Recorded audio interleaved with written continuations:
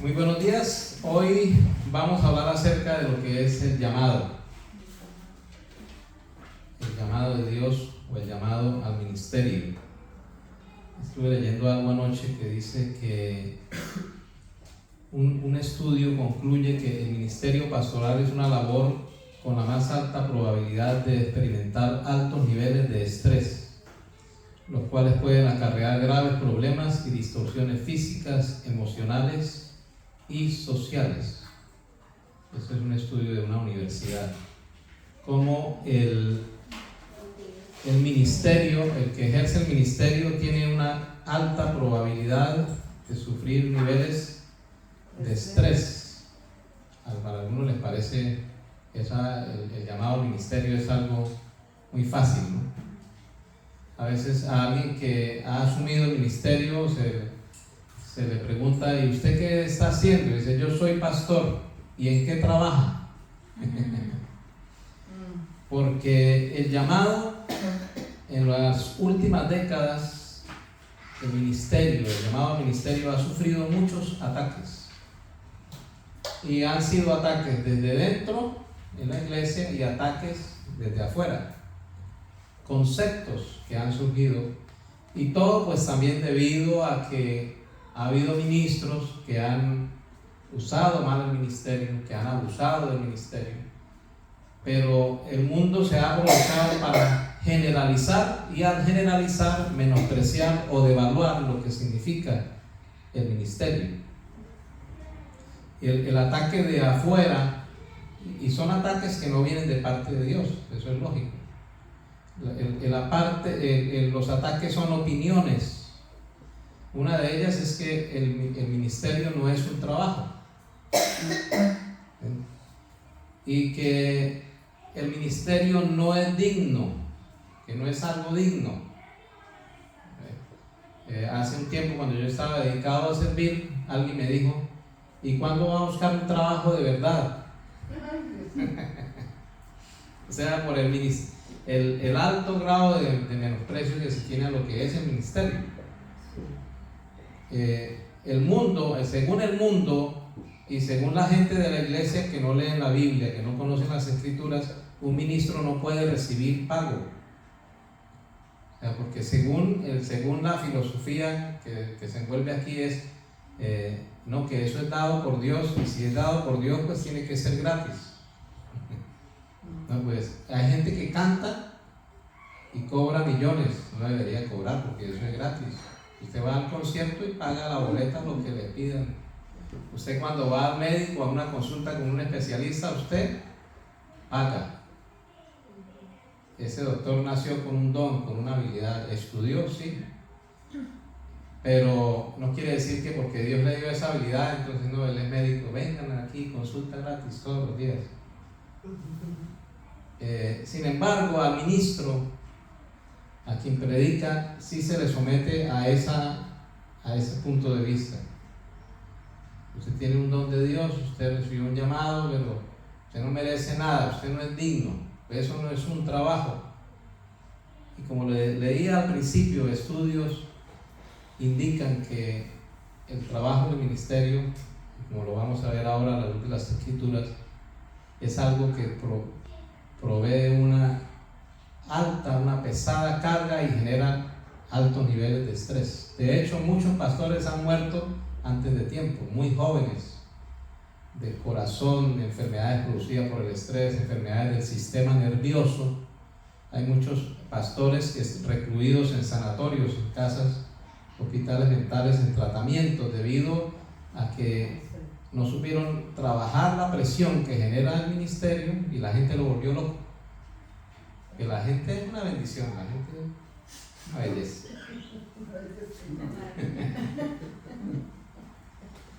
El ministerio, en primer lugar, es un don. ¿Qué es el ministerio? Un don. Efesios 4, 8 al 16. Efesios, carta del apóstol Pablo a la iglesia en Éfeso. Verso 8: por lo cual dice: subiendo a lo alto, llevó cautiva la cautividad y dio dones a los hombres. vamos a ver que cuando habla aquí de dones es diferente a los dones que aparecen en Corintios. En griego se utilizan varias palabras para don. Hay otra clase de dones que son los dones espirituales, pero está el don ministerial que es doma, es otra palabra y es diferente su esencia. Verso 9, y eso de que subió, ¿qué es? Sino que también había descendido primero a las partes más bajas de la tierra. El que descendió es el mismo que también subió por encima de todos los cielos para llenarlo todo. Y él mismo constituyó a estos dones, dice, él mismo constituyó a unos apóstoles, a otros profetas, a otros evangelistas, a otros pastores y maestros, a fin de perfeccionar a los santos para la obra del ministerio, para la edificación del cuerpo de Cristo. El ministerio, según la palabra de Dios, se divide en dos esferas: el ministerio que forma y el ministerio que hace la labor. El apóstol, evangelista, pastor y maestro es formador del ministerio de la iglesia. Por eso dicen que es el ministerio encargado de capacitar a los santos para la obra del ministerio. O sea, la obra del ministerio, ¿quién es el que la debe hacer? ¿Quién la debe hacer? La iglesia. Y el ministerio, el don del ministerio, apóstoles, profetas, evangelistas, pastores y maestros, son quienes capacitan a la iglesia para esa obra del ministerio. ¿Qué es lo que se ha tenido en falso concepto? Que el pastor es el que hace el ministerio y que la iglesia viene a sentarse los domingos y fiestas de guardar, a recibir y decir, esa predicación no me gustó, esa canción no sé. O sea, vienen a juzgar, a señalar, a exigir que se les dé. Y cuando por no enseñarse, entonces la gente no ha entendido que viene aquí es a capacitarse para servir, no para ser árbitro. Entre paréntesis, por lo menos, se critica ahora mucho sobre, dice el apostolado, dice él mismo constituyó a unos apóstoles, y algunos dicen que eso ya no existe. Apóstol, y la gente se hace guerras y hace un montón de cosas por las redes sociales, atacan. ¿Y qué es un apóstol? Apóstol, usted mira en un diccionario griego, apóstol significa uno que es enviado. Eso es lo que significa apóstol. ¿Qué significa apóstol?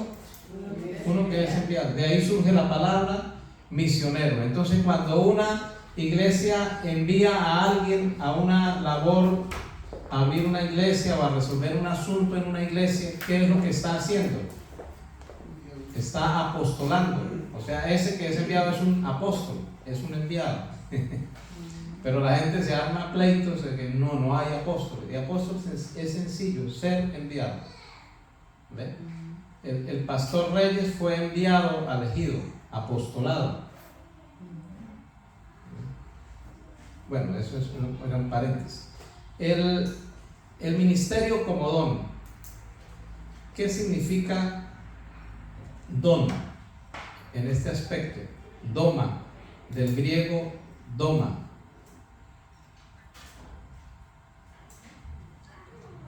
Este término significa que es una clase de don que contiene la misma naturaleza de Cristo. Es algo que solo puede ser recibido directamente de Dios. Es decir, el ministerio no es dado por los hombres. Es algo que es dado por Dios. Y cuando alguien es llamado al ministerio, es esa persona la que llama al ministerio. Entonces, por eso a veces se tienen malos conceptos. Entonces, y culturalmente a la esposa del pastor se le dice pastora, pero ella es quien ayuda al pastor, es la esposa del pastor, pero no es la pastora, porque hay un llamado al pastorado. Eso es lo mismo que usted va al médico y el médico le presenta a la esposa y usted le dice, mucho gusto, doctora. No, yo no soy doctora, él es el doctor. No, pero usted es la esposa del doctor, entonces usted es doctora. Pero en la iglesia sí se aplica a eso. Ay, es la pastora. Desde luego que no se debe menospreciar la labor de la esposa, porque la labor de la esposa de un pastor tiene que ser algo muy firme, muy fuerte. Es algo que está para ayudar, para levantar, para ayudar a cumplir un propósito. O sea que es muy, muy importante. Y desde luego sirve con dones también dentro de la iglesia. Sirve para que el ministerio del pastor crezca. Hay algunas características en el don. Como es de parte de Dios, es algo que proviene de la misma vida de Dios, de la vida eterna de Dios. Es un privilegio. Ser llamado es un privilegio, porque es haber sido apartado por Dios para un fin. Miren lo que dice Hebreos 5 del 4 al 5. Hebreos capítulo 5 del 4 al 5 dice: y nadie toma para sí esta honra, sino el que es llamado por Dios, como lo fue Aarón. Algo que es dado por Dios. Verso 5 dice: así tampoco Cristo se glorificó a sí mismo, haciéndose sumo sacerdote. En la Nueva Traducción Viviente dice: y nadie puede llegar a ser sumo sacerdote solo porque desee tener ese honor. Tiene que ser llamado por Dios para ese trabajo, como sucedió con Aarón. Por eso Cristo no se honró a sí mismo haciéndose sumo sacerdote. Tener el don ministerial abre las puertas. Cuando se tiene el don, cuando se tiene el llamado, hay puertas que se abren que sin el don no se abren. Por eso cuando alguien está en el rol de pastor, ejecuta cosas que nadie se atreve a hacerlas. ¿Por qué las ejecuta? Porque él entiende que está siendo guiado por Dios para una obra, y si es Dios el que le está dando esa dirección, entonces se rompen las limitaciones, se pasa por encima de las crisis, se pasa por encima de la escasez y se logran objetivos. Quien es llamado tiene un alto grado de paz, de pacificación. El pastor no está llamado a defenderse, porque él sabe que alguien lo llamó y él es quien lo defiende. ¿Ven? Entonces él no tiene que estar peleando con nadie. Quien tiene el llamado no es vengativo. Al contrario, trabaja en la unidad de la iglesia. Quien tiene el llamado vive en permanente consagración. Hay mucha gente en la iglesia que se consagra el domingo y dice: ay, la Biblia, ¿dónde la dejé? Desde el otro domingo la dejó por allá.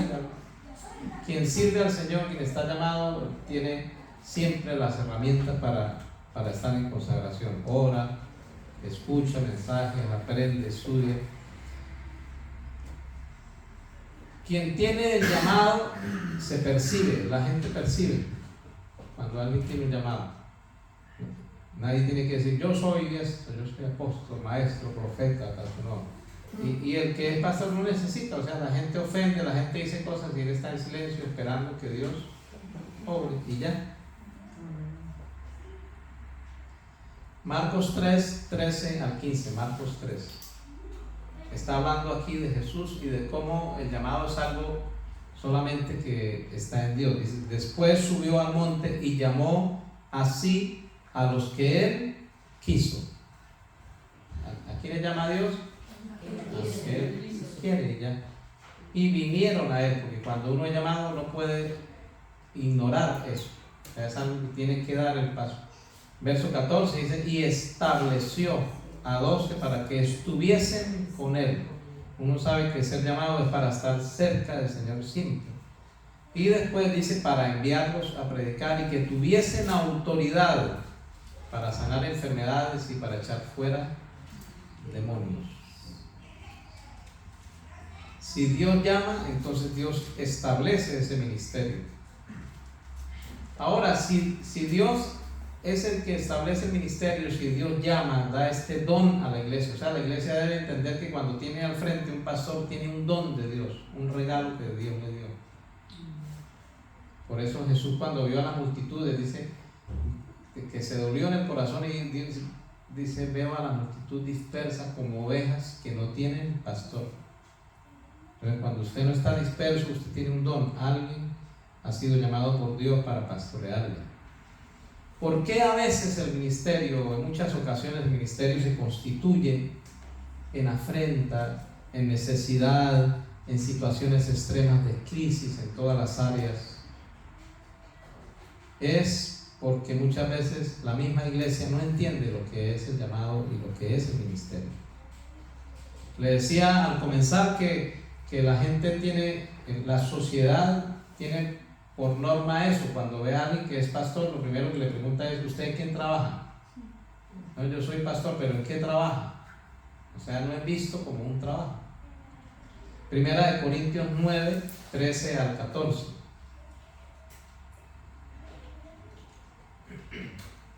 Y aquí el apóstol está hablando del ministerio. Y mire cómo lo expresa Pablo. ¿No sabéis que los que trabajan, es un trabajo o no es un trabajo? Dice: ¿no sabéis que los que trabajan en las cosas sagradas comen del templo? ¿De dónde come el que trabaja en las cosas sagradas? Del templo. Por eso aquí nos reparten tinta. Y que los que sirven al altar del altar participan.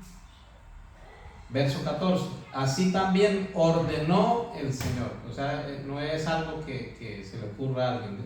Es una orden, ni siquiera es un favor. No, ¿verdad? El Señor ordenó a los que anuncian el Evangelio que vivan del Evangelio. Entonces, como le decía al principio, hay una crisis que se está viviendo en el ministerio, y también debido al abuso de muchos ministros, que hace que a veces quien ha sido llamado no sienta esa libertad para vivir del Evangelio. Entonces, por eso muchos pastores y ministros dicen: bueno, yo predico, pero yo no vivo de esto. O sea, como que de una vez aclara que yo no me voy a aprovechar de su plata por los abusos. Pero sin embargo, la palabra dice: el que predica, que viva del Evangelio. El que participa de las cosas, el que sirve en las cosas sagradas, el que trabaja en las cosas sagradas, dice que coma del templo, que participe del altar. Pero como esto no se ha entendido, entonces los pastores están envueltos en 1000 cosas para subsistir, para sobrevivir. Y entonces en el estar envueltos en muchas cosas, entonces la otra crisis que hay en el ministerio es que el ministro no tiene tiempo para orar, no tiene tiempo para leer la Biblia, no tiene tiempo para estudiar la Biblia, porque la gente le recrimina, ¿no? Y están así pendientes de qué estarán haciendo con mi ofrenda. El pastor no toque eso, porque eso es sagrado. No, entonces es que usted da la ofrenda y la ofrenda se va.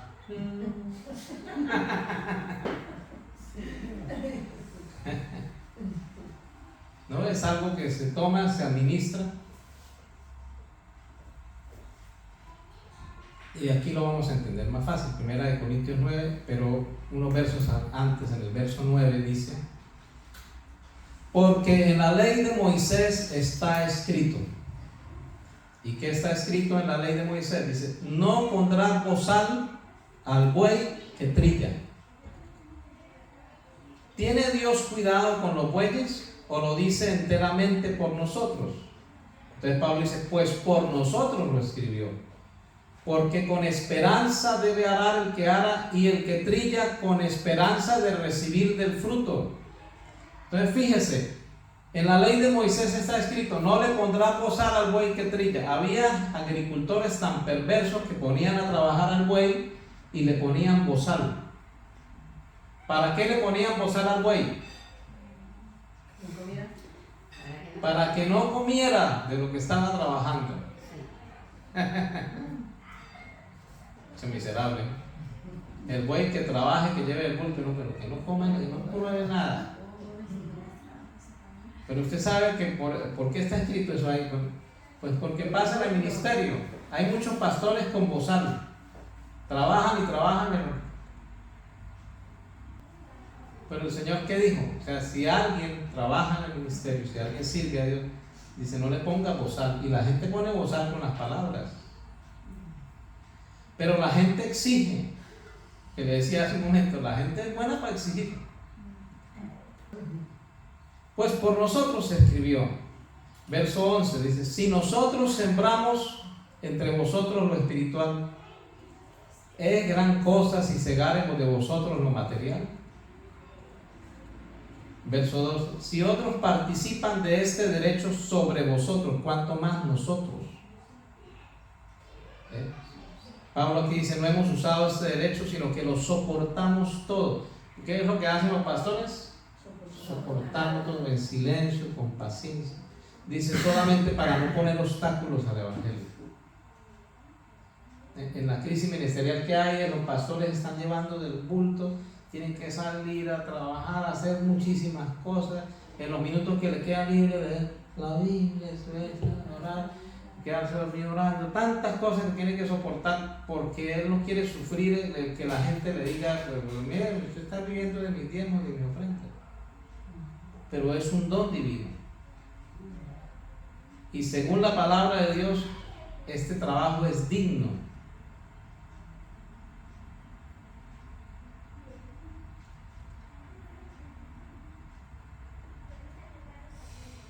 La crisis ministerial que existe actualmente es profunda.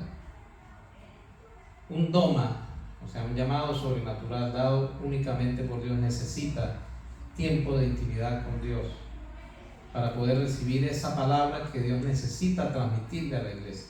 No la palabra que la gente necesita, porque a veces hemos enseñado a la gente a mal. Hay iglesias que incluso empezando el año o antes de terminar el año, para comenzar el siguiente año, le dicen a la gente: escriba ahí qué le gustaría que predicáramos. Entonces la gente y el pastor traza los temas de acuerdo a lo que a la gente le gustaría que le hablara. Y Dios allá le pregunta al pastor: y me ha preguntado qué es lo que me gustaría a mí que usted. Entonces nosotros, el pastor no está para dar a la gente lo que a la gente le gusta o necesita o quiere.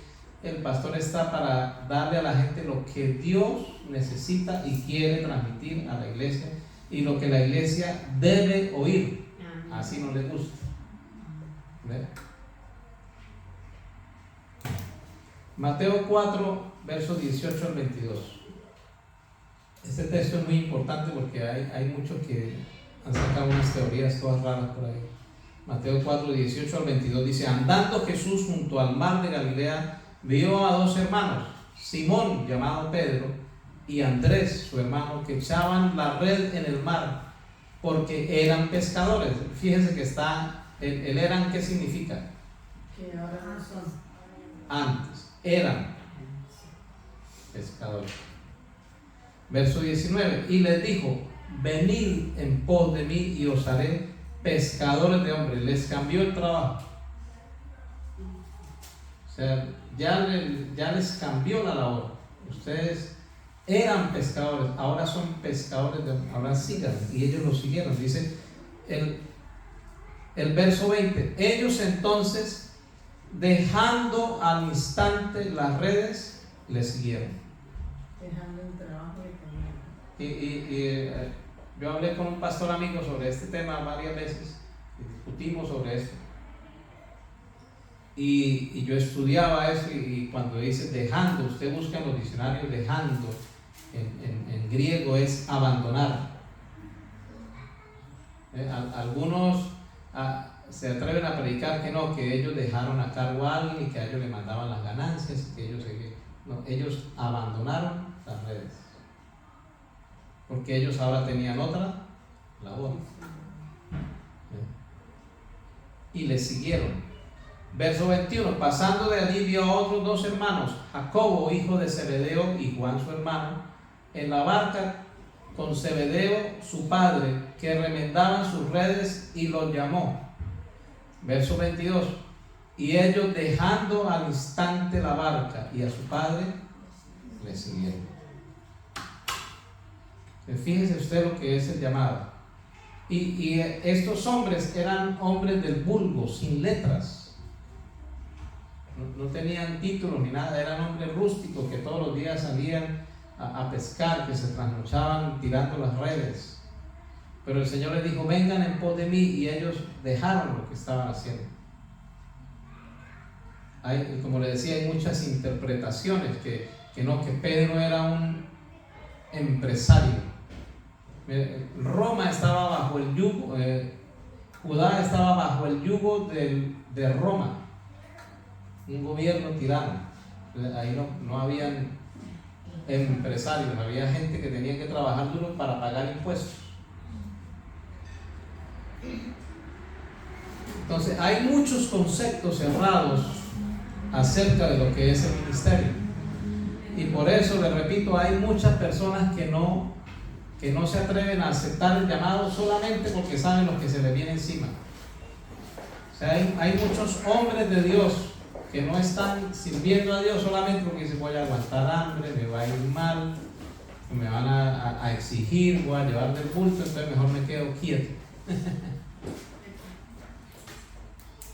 Pero es porque por los falsos conceptos. Lucas 8, versículo 1 al 3. ¿Cómo sostenía Jesús a esos hombres que llamó? Porque Jesús llamó a 12 hombres que lo siguieron y dejaron todo. Lucas 8, 1 al 3. Aconteció después que Jesús iba por todas las ciudades y aldeas, predicando y anunciando el evangelio del reino de Dios, y los 12 con él. Él a Jesús y ahí los 12. Él no les decía: yo voy a predicar y ustedes se quedan aquí trabajando, ustedes quedan en sus cosas porque esto es duro, entonces me voy yo solo, yo aguanto hambre solo. Los 12 iban con él. Verso 2. Y algunas mujeres que habían sido sanadas de espíritus malos y de enfermedades, María, que se llamaba Magdalena, de la que habían salido 7 demonios, Juana, mujer de Chuza, intendente de Herodes, y Susana, y otras muchas que le servían de sus bienes. O sea, había gente que había sido liberada, que tenía dinero y que era agradecida, y esa gente ofrendaba a Jesús para Jesús sostener 12 tipos que estaban ahí detrás de él. Y esos pedían era buena comida. Pero Jesús no les decía: ay, no, hoy no tengo.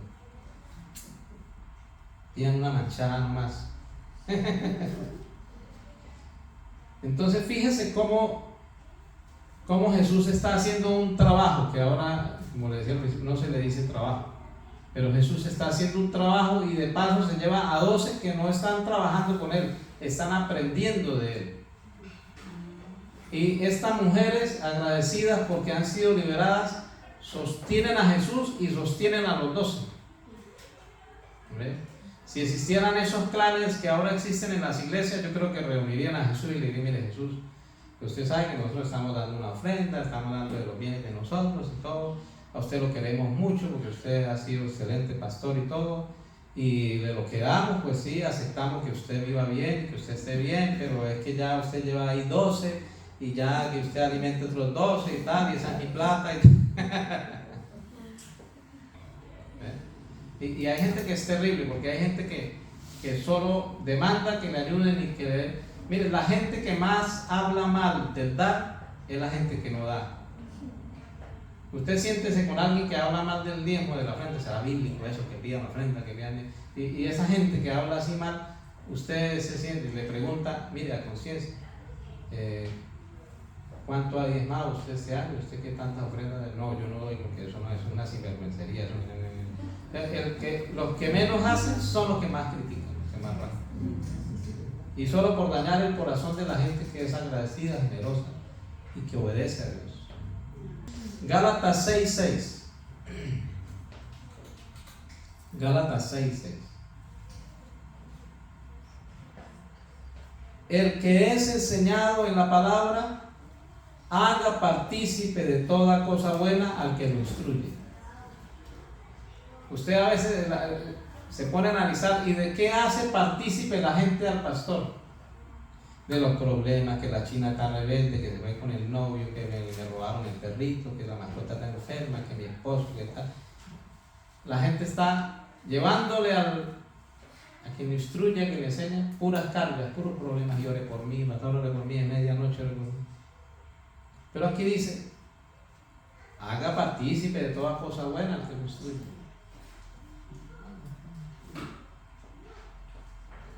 No solamente demande, exija, también sirva. Un pastor hace tiempo decía que una iglesia oraba así: Señor, mantén a nuestro pastor santo, mantén a nuestro pastor ungido, que nosotros nos encargamos de mantenerlo pobre y llevado.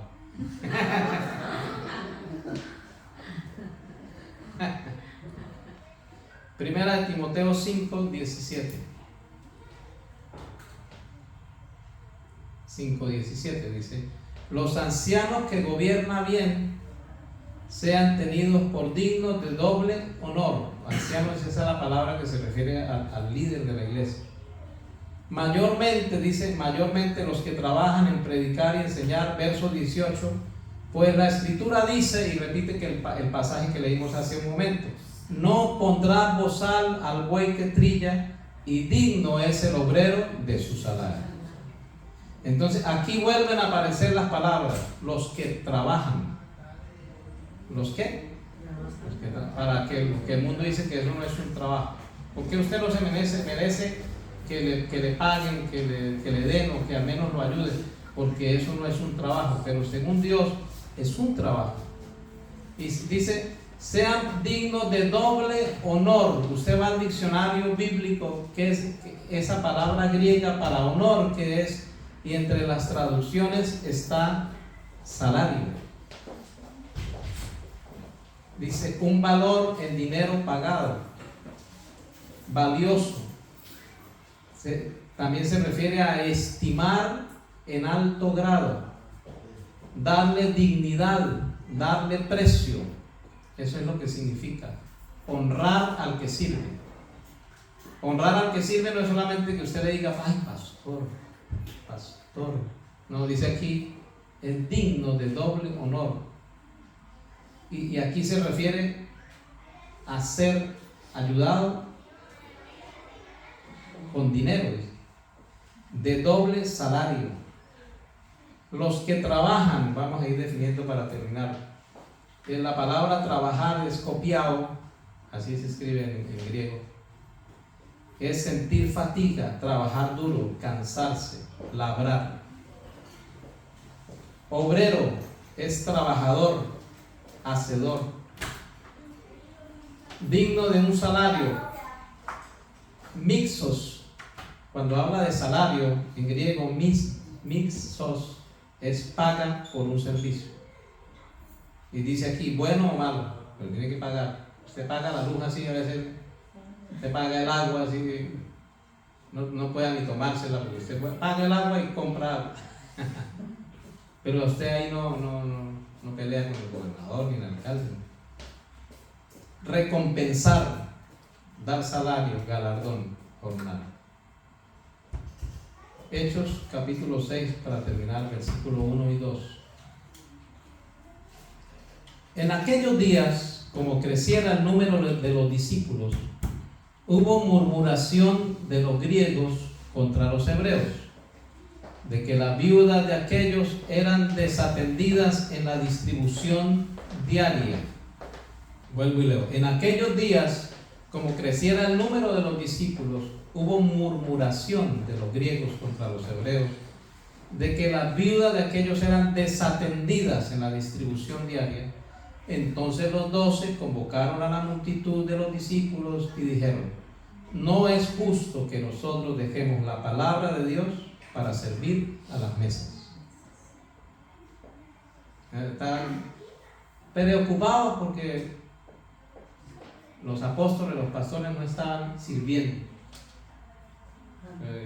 Tenían que dedicarse a atender a las viudas y a atender al otro y atender al otro. Y Pedro se para y dice: no es justo. O sea, nosotros fuimos llamados a estar consagrados a la oración y a la palabra, y no vamos a dejar lo que tenemos que hacer por servir a las mesas. Entonces llegaba la hora de dar un mensaje y el pastor estaba molido, sirviendo mesas, atendiendo las viudas de los otros. Ay, ¿y por qué no pudo enseñar? Bueno, no, porque estaba ocupado trabajando. Yo creo que estamos en un tiempo en el que como hijos de Dios, como iglesia, debemos entender lo que significa el llamado de Dios y darle valor, así como Dios se lo ha dado. Porque en la medida que valoremos el llamado de Dios, Dios nos va a ministrar mejor y van a ocurrir muchas cosas mejores para la iglesia. Amén. Cuando hace tiempo estaba yo sirviendo acompañando a un pastor que vino a la ciudad a predicar, a un pastor amigo, y fuimos a una iglesia. Y en esa iglesia estaban recogiendo dinero. En esa noche la actividad era para recoger dinero porque estaban arreglando una pared y iban a comprar un piano. Entonces necesitaban terminar la pared, pintar y comprar el piano. Y mi amigo es profeta. Él no dice que es profeta, él es profeta. Entonces él me llevó: necesito que vaya y cante, yo voy a enseñar en esta iglesia, pero tengo una inquietud, acompañen. Nos fuimos orando en el carro, llegamos allá.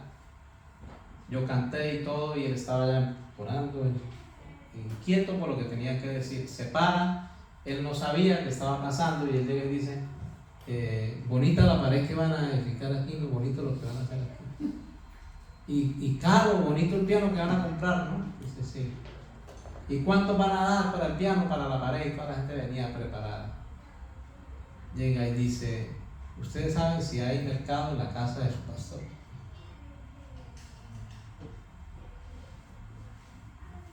Ustedes saben si en el hogar del pastor todas las cosas van bien.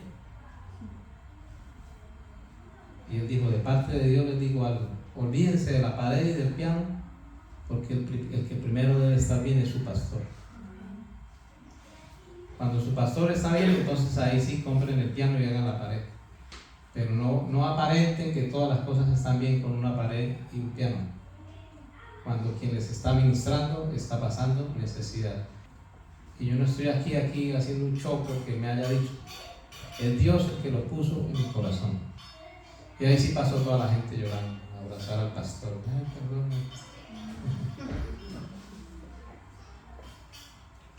Quien tiene un llamado debe valorar el llamado, entender que es un doma, es decir, algo celestial, que únicamente Dios se lo dio.